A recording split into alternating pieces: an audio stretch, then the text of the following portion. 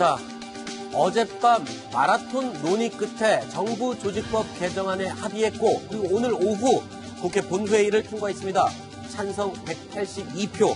6월 5일에 국회에 제출된 안이었는데요. 41일 만에 통과됐습니다. 이로써 우리 새 정부 과거 17부 5처 16청에서 18부 5처 17청으로 정부가 조직이 개편이 됐습니다. 이 이야기 나눠보도록 하겠습니다. 첫 번째 이야기인데요. 이 가운데 정부 조직 가운데 좀 눈에 띄는 몇몇 부처에 대한 이야기를 해보겠습니다. 첫 번째, 먼저 미래창조과학부의 명칭인데요. 지금 명칭이 과학기술정보통신부 이렇게 바뀌었죠? 굉장히 글자 수가 많습니다. 무려 9글자나 되는군요. 네, 굉장히 많은 이름인데요. 이 부처 원래는 미래창조과학부였습니다. 다들 아시는 것처럼 창조하면 바로 박근혜 전 대통령의 창조경제가 생각이 나잖아요. 네. 당시에 박근혜 대통령이 이 부처의 이름을 미래창조과학부로 지칭하겠다고 했을 때 굉장히 반대가 많았습니다. 네. 미래와 창조라는 이름이 부처 이름에 맞지 않다는 거죠. 좀 너무 피상적이니까. 하지만 박근혜 대통령이 그때 당시에 창조경제를 위해서 내가 이걸 하겠다라고 그 뜻을 굽히지 않아서 반대에도 불구하고 미래창조과학부를 구술을 했었거든요. 그런데 이번에 근데 지난달에 이 정부 조직법이 개정안이 제출될 때까지만 해도 이 이름이 그대로 있었어요. 그래서 이 이름을 그대로 쓸 건가? 아무래도 박근혜 전 대통령의 그 창조경제가 너무 깊게 배어 있는 그런 명칭인데 그걸 쓸 건가 했는데 아니나 다를까 이번에 바뀌었습니다. 보신 것처럼 과학기술정보통신부 이름이 굉장히 긴데요. 이거 줄여서 부르면 어떻게 불러야 되나요? 아직 과기통부라고 불러야 되나요? 아니면 과정부라고 그래야 되나요? 그거 아직 확정되지 않았습니다. 네네. 이게 아무래도 이 행정안전부와 지금 논의를 해서 이제 약자를 정하게 되는데 이렇게 긴 이름이 나온 이유가 아무래도 그 부처 안에 있는 각 내부에 있는 조직에서 이 이름을 좀 다 넣어달라 이렇게 얘기한 것도 있었고요. 또 노무현 정부 때 과학기술부, 정보통신부 있었잖아요. 그렇죠. 그런 걸 좀 연두에 둔 거 아닌가 이런 얘기가 나오고 있습니다. 그러네요. 손소 변호사님. 과거 노무현 정권 때의 이름들이 좀 합쳐진 게 아닌가 그런 기시감이 좀 들긴 하네요. 그렇습니다. 과학기술부도 있었고 정보통신부도 있었죠. 그렇죠. 예, 그게 정권이 바뀌면서 이번에 새로 등장을 했고 결국은 합쳐져서 부처의 이름이 됐습니다. 그런데 이제 과학기술부는요. 노무현 정권 전에도 있었습니다. 뭐 과학기술처도 있었고요. 그 후에 과학기술부도 있었고 또 정보통신부도 이제 그랬는데요. 이 과학기술부는 폐지된 지 이제 4년 만에 다시 돌아왔고 그리고 또 정보통신부는 9년 만에 돌아왔습니다. 이제 어떤 그 실체가 명칭을 정하는 데 영향을 주기도 하고 당연하겠죠. 그리고 또 반대로 어떤 명칭이 정해지면 그 명칭이 또 실체에 또 영향을 미치기도 하거든요. 그런 점들을 고려해서 이번에 명칭을 정했는데 굉장히 길기 때문에 물론 거기에 중요한 내용들은 다 들어가 있어서 다 읽어볼 때 내용이 와닿는 측면도 있습니다만 줄여서 부를 때 과연 어떤 거는 빠지고 어떤 거는 포함될 텐데 그거에 대한 그 고민도 있을 것 같습니다. 자, 그리고 또 이번에는요. 이 세월호 사건 이후에 사라졌던 해경이 3년 만에 다시 부활했다라는 점입니다. 이 점이 굉장히 눈에 띄고 관심이 가는 부분이에요. 네, 박근혜 정부에서 2014년 세월호 참사가 발생했을 때 그 해양경찰청을 해체하고요. 그리고 국민안전처를 신설했습니다. 그런데 그 이전으로 다시 돌아가는 것인데 그 전에 있었던 그 해양경찰청과 그다음에 소방방재청 이것을 다시 외청으로 만든다는 계획입니다. 그래서 그 이전으로 돌아가고 국민의 그 박근혜 전 정부에서 만들었던 그런 해법들을 다시 바꾸는 그런 모습들을 다시 보이고 있습니다. 그런데 이게 해양수산부가 아닌 행정안전부 소속의 외청으로 바꾼다. 이 외청으로 바꾼다는 게 이게 무슨 말인가요? 외청으로 바꾼다는 것은 좀 다른데요. 그 별도의 조직입니다. 차관급의 별도의 조직이지만 법률을 만들 때는 부처를 통해서 옮겨갑니다. 그렇기 때문에 행정안전부 소속이면 안전부의 통제를 받고요. 해양수산부면 해양수산부의 통제를 받습니다. 그래서 부처 이전이 좀 달라지면 역시 부처, 그 외청의 역할도 약간 달라지게 됩니다. 그렇군요. 자, 그런가 하면요. 이름이 여러 번 바뀐 부처도 있습니다. 자, 행정자치부의 부처명 4년 동안 간판이 무려 3번이나 바뀌었어요. 그렇죠? 원래 이 행정자치부가 생긴 게 이제 1998년 김대중 정부가 출범하면서 내무부와 이제 총무처를 합쳐서 그때 생겼거든요. 그래서 한 10년 동안 유지가 되다가 이명박 정부가 들어서면서 명칭을 이제 행정안전부 이렇게 바꿉니다. 저 명칭이 박근혜 정부가 들어서면서 우리는 안전을 더 강조하겠다. 그래서 안전이 앞으로 갔죠. 정부가 되겠다 해서 앞뒤가 이렇게 바뀌어요. 네. 안전행정부 네. 이렇게 바뀝니다. 그런데 박근혜 정부 때 이제 세월호 사고가 생기지 않습니까? 그러면서 안전행정부 안에서 이제 인사 혁신처와 안전처, 국민안전처가 분리돼 나가면서 다시 이제 행정자치부로 돌아가죠. 그러다가 이번에 다시 국민안전처를 흡수하면서 행정안전부로 다시 돌아오게 되는 겁니다. 네. 그러니까 이게 안전을 어디에 더 강점을 두느냐, 안전을 지금 중시하느냐 마느냐를 가지고 이름이 계속 바뀌어왔던 거잖아요. 그렇죠. 아무래도 이제 자치라는 것은 이제 95년에 지방자치가 실시되면서 지금은 많이 이제 안정화가 됐으니까 지금 시대는 자치보다는 오히려 국민의 어떤 안전 이런 것들이 중시되는 시대 흐름을 반영을 해서 안전이라는 이름을 이제 꼭 넣는 쪽으로 그렇게 방향을 잡은 것이죠. 네.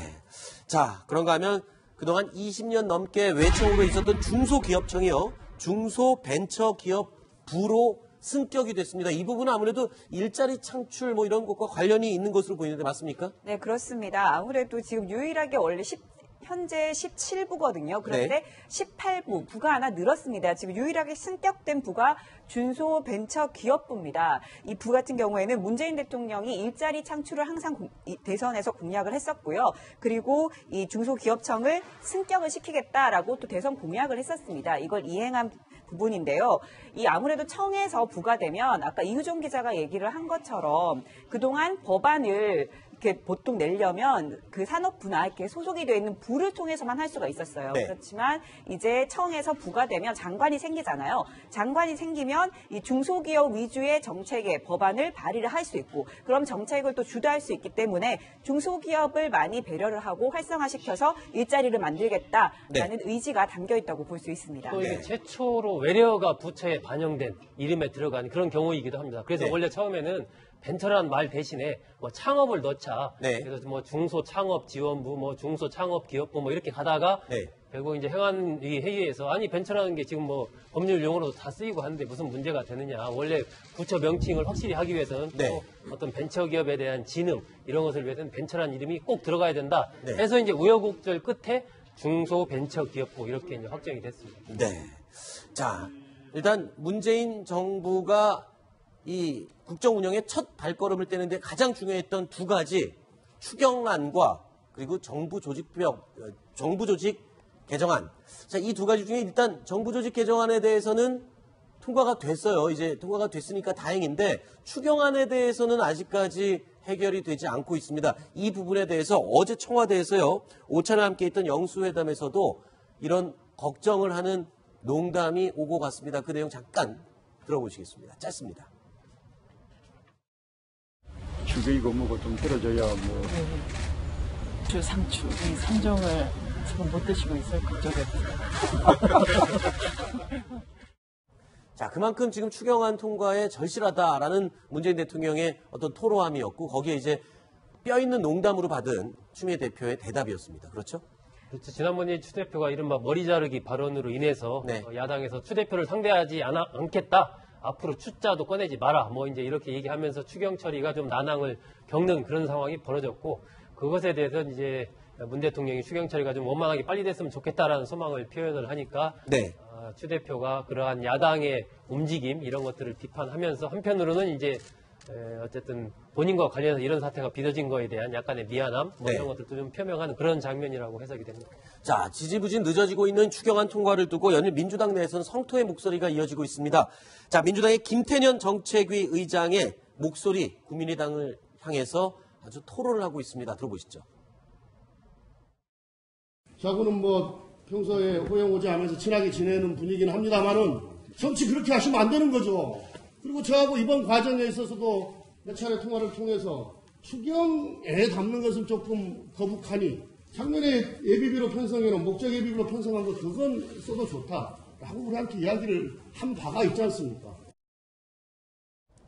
자, 지금 이 얘기의 결론은 그 지난해 연말에 이미 당끼리 다 합의해서 예비비 500억 공공부문의 인력 지원에 활용하도록 다 합의를 연말에 이미 한 사항인데 이제 와서 왜 말을 바꾸느냐.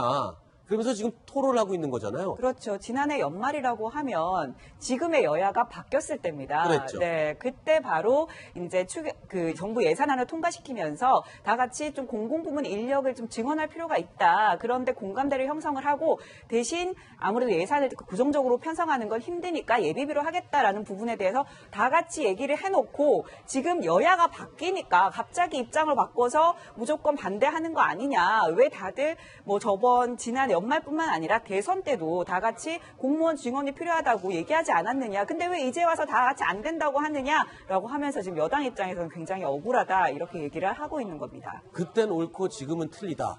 뭐 이런 입장이 됐다라고 주장을 하는 건데 지금 이 특히나 김동철 원내대표, 국민의당 김동철 원내대표를 향한 성토의 목소리가 굉장히 높았습니다. 일단은 그래도 민주당 입장에서 보면 국민의당이 좀 도와줬으면 하는데 입장을 요리조리 말을 좀 바꾸는 듯한 태도가 얄밉다 이런 느낌을 가질 수밖에 없을 것 같아요. 사실 입장을 한번 설명을 해주시죠. 이게 원래 된다고 28일 오전에만 해도 긍정적이다 했다가 하루 만에 말을 바꾼 부분, 이 부분이 지금 굉장히 민주당 측에서 서운해하는 거잖아요. 그렇죠. 민주당이 지금 집중적으로 김동철 국민의당 원내대표를 공격을 하고 있는데 18일 오전만 해도 예산 예비비를 활용한 공무원 증원에는 긍정적인 어떤 그런 입장을 표명을 했는데. 그렇죠. 추경에는 넣지 않지만 예비비를 그럼 활용해라. 그렇습니다. 이렇게 그래서 얘기했잖아요. 이제 나름대로 민주당에서도 기대를 가졌었는데 19일 오전에 남아도는 공무원들도 많이 있다. 그렇기 때문에 예비비를 활용한 증원에도 반대한다. 이렇게 이제 입장을 바꾸면서 굉장히 민주당에서 아니 그럴 수가 있느냐 막 이렇게 비판을 했고 또 아까 나왔던 그 얘기랑도 연결이 되는데 지난해 예결특위에 간사로 이제 김동철 원내대표가 있었거든요. 그때도 김동철 원내대표는 이 목적 예비비 편성을 해서 증원하는 부분에 대해서 합의하지 않았느냐, 뭐 또 이런 공세를 집중적으로 지금 김동철 원내대표를 상대로 펼치고 있습니다. 왜 이렇게 오락가락하는 건가요? 이유가 뭡니까? 뭐 지금 이제 원내 전략 부분에서 아직 어떤 정리가 국민의당 입장 정리가 아직 좀 덜 됐다는 그런. 당 내에서도 지금 입장이 막 양분되는 걸로 지금 얘기가 들리고 있거든요. 그렇습니다. 지금 이용호 국민의당 정책위 의장은 이제 추경 처리 부분에 대해서 좀 적극적으로 응해서 여권과 어떤 협치 측면에서라도 좀 도와줘야 되는 거 아니냐 이런 입장을 피력하고 있는 반면에 김동철 원내대표는 그와는 좀 다른 입장을 보이는 등 국민의당이 좀 입장을 아직 확실히 정하지 못하고 있는 그런 모습입니다. 네. 추경안 통과를 두고 민주당을 도와주느냐 마느냐 이런 입장 정리가 아직 국민의당 내부에서도 안 된 것 같습니다. 그 부분을 저희가 영상으로 꾸며봤는데요. 함께 들어보시죠. 역시 만나면 조금이라도 해결되는 그런 기미를 얻을 수 있다는 분위기를 느끼고 왔습니다. 우리 주도하에서 기왕에 국회가 정상화가 이루어졌기 때문에 이 추경 문제도 또 정부 조율법 문제도 우리 주도하에서 해결하는 모습으로 비춰졌을 때 국민의당은 당에 대한 국민의 신뢰는 높아지지 않겠는가 이런 생각을 합니다. 차기 정부의 30년간 500조가 넘는 부담을 안기는 공무원 증원 임기 5년의 문재인 정부 아무런 국민적 동의 없이 취임 2달 만에 이것도 추경이라는 편법으로 했다는 것이 부책임한 일기 영합식 정책이기 때문에 결코 동의할 수 없습니다. 지금이라도 추경을 통한 무책임한 공무원 지원을 포기해야 합니다. 우리 국민의당도 여당의 협치만을 요구할 것이 아니라 국민의 눈높이에 맞춰서 협치에 응할 것은 응해야 된다고 생각합니다. 과유불급이라고 지나치게 우리의 입장만을 고수하는 것은 국정의 발목을 잡는 것으로 비칠 가능성이 있습니다. 일단은 뭐 이 추경안 처리에 대해서 캐스팅 보트를 쥐고 있는 국민의당 아닙니까? 이 처리를 어떻게 하냐에 따라서 향후 국민의당 입장도 굉장히 지금 중요한 입지를 차지할 것 같아요. 그렇죠. 지금 국민의당 같은 경우는 무엇보다도 계속 반대만 하면 얻을 수 있는 게 없습니다. 네. 기존의 다른 야당들과 다를 게 없다 이런 비판을 얻을 경우에는 지지 기반이 호남이기 때문에 이 문재인 정부의 발목을 잡는다 이런 이미지가 부각이 되면 얻을 것도 없고 또 오히려 민심만 더 악화되는 상황이 벌어질 수 있거든요. 그런 상황에서 아무래도 뭔가 이렇게 입장을 바꿀 수 있는, 그동안 이 추 대표 때문에 입장이 굉장히 강경해서 추자 들어가는 건 절대 안 된다 이렇게 얘기를 했었는데 명분이 좀 필요했어요. 입장을 바꿀 수 있는. 그런데 문재인 대통령을 직접 만나고 온 다음에 그 명분이 마련이 된 거죠. 그러니까 그렇죠. 우리가 좀 더 입장을 좀 선회를 해서 네. 얻을 건 얻고 줄 건 주는 그런 좀 협상을 하면서 캐스팅 보트를 지는 게 훨씬 더 유리하다. 이런 판단이 아무래도 작용했을 것 같습니다. 네. 자, 오늘 정부 조직법 개정안이 국회 본회의를 통과했습니다. 추경안까지 이제 국회 통과하면 문재인 정부 국정 운영의 정상적인 첫 발걸음을 제대로 옮길 수 있게 됩니다. 한번 지켜보도록 하겠습니다.